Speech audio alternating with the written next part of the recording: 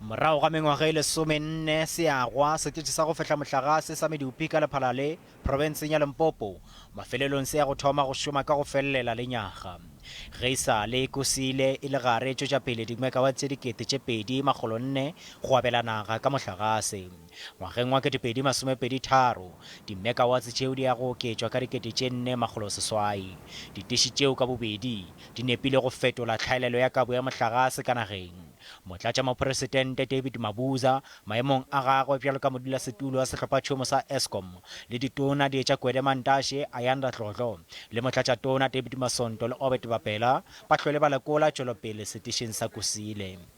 According to the timeline that we've set for ourselves, Eskom has set for itself, we've tried to push them hard, but for Kusile, I think, yes, the deadline is 2023.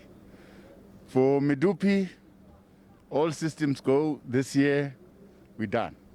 Efela badudi ba swanela ke go ba le kgotlelelo ka ge go sena kgonthišišo ya gore go ka se be le kgaotšo ya mohlagase maregeng a. There's a lot of unplanned maintenance that's happening that is disrupting the system. So we might have load shedding.